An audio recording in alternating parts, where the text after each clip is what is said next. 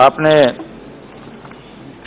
खेल एवं युवा कार्यक्रम से संबंधित अनुदान मांगों के संदर्भ में मुझे बोलने का अवसर दिया है। मैं सबसे पहले तो हमारे सम्माननीय खेल मंत्री माननीय श्री किरण रिजिजू जी, पूर्व खेल मंत्री माननीय राज्यवर्धन जी और देश के सम्माननीय प्रधानमंत्री माननीय नरेंद्र भाई मोदी का बहुत बहुत आभार व्यक्त करूंगा कि उन्होंने इस एक महत्वपूर्ण विभाग की ओर विशेष ध्यान दिया है। खासतौर से इस बार जो एक नई पहल उन्होंने की है, NSEB के माध्यम से नेशनल स्पोर्ट्स एजुकेशन बोर्ड बना करके और खेल को एक नई दिशा देने का विचार उन्होंने किया है। मेरे से पूर्व वक्ताओं में अधिक सारे वक्ताओं ने ज्यादातर खेल के संदर्भ में बोला है। मैं थोड़ा सा युवा कार्यक्रम के संदर्भ में कुछ अपने एक दो बात कहना चाहूंगा।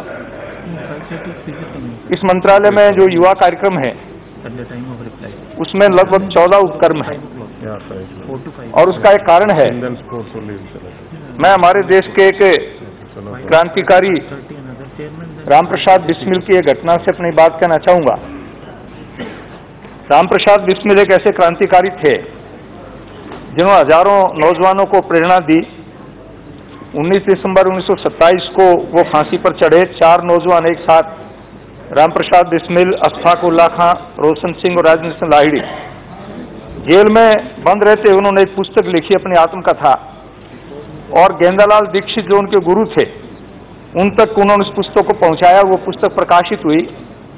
मेरा सौभाग्य रहा कि मैंने उस पुस्तक को पढ़ा और उस पुस्तक को पढ़ करके मेरे मन में एक भाव आया कि मुझे उस देश के लिए काम करना चाहिए। रामप्रसाद बिस्मिल अंतिम उपसंहार के समय में जब फांसी चढ़ना था, एक दिन पहले उस पुस्तक में अपने एक बात लिखते हैं कि मैंने देश की आजादी के लिए एक क्रांतिकारी रास्ता अपनाया, उससे मैं संतुष्ट हूं कि मैं उसके माध्यम से फांसी के फंदे पर चढ़ूंगा और मुझे 2 दिन बाद फांसी हो जाएगी।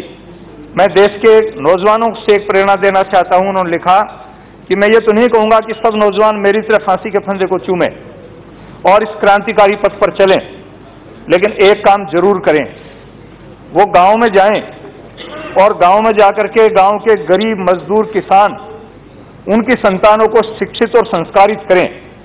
और एक बात जो उन्होंने कही बहुत महत्वपूर्ण थी कि शिक्षित व्यक्ति का शोषण नहीं होता और संस्कारित व्यक्ति का पतन नहीं होता।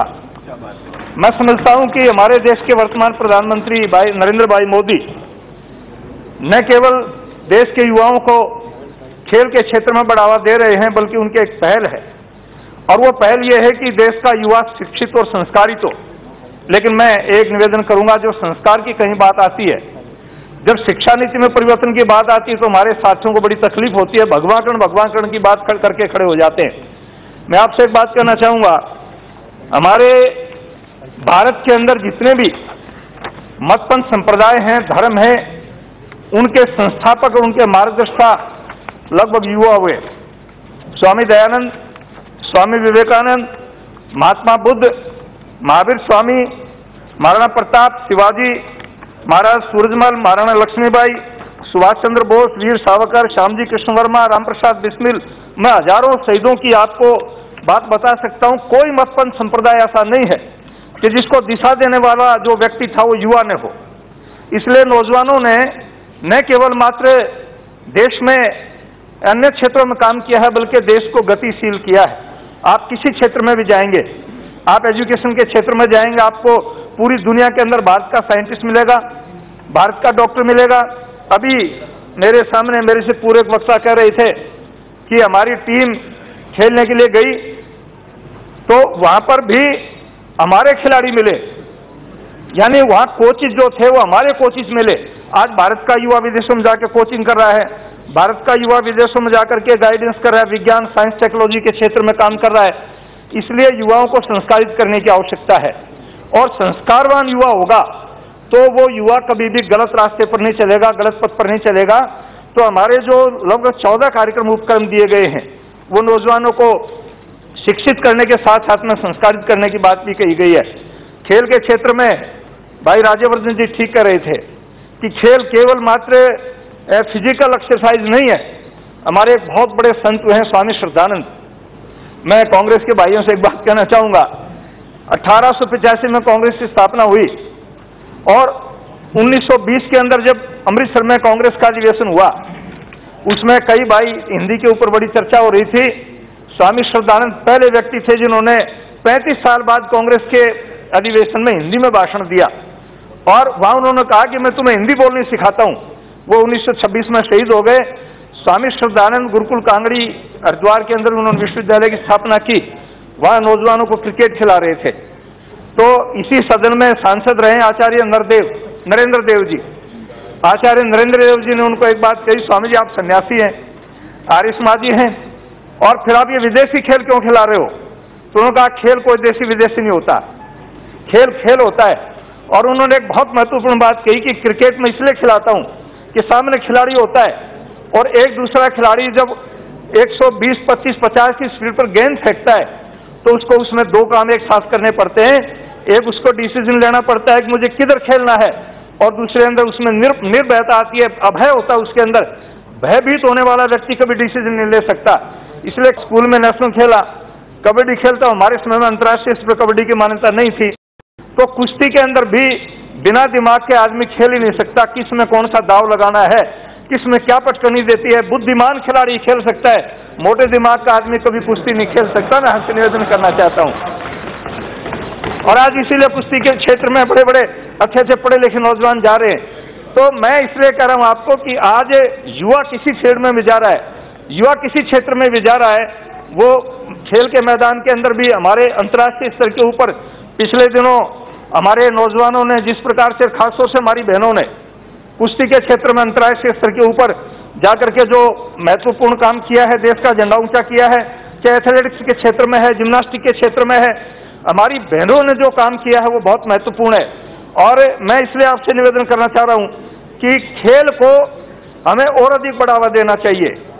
राजेंद्र जी कह रहे थे कि कई बार देशों के बीच में खटास आ जाती है, तो वहां खेल के माध्यम से हमारे आपस में नजदीक आते हैं।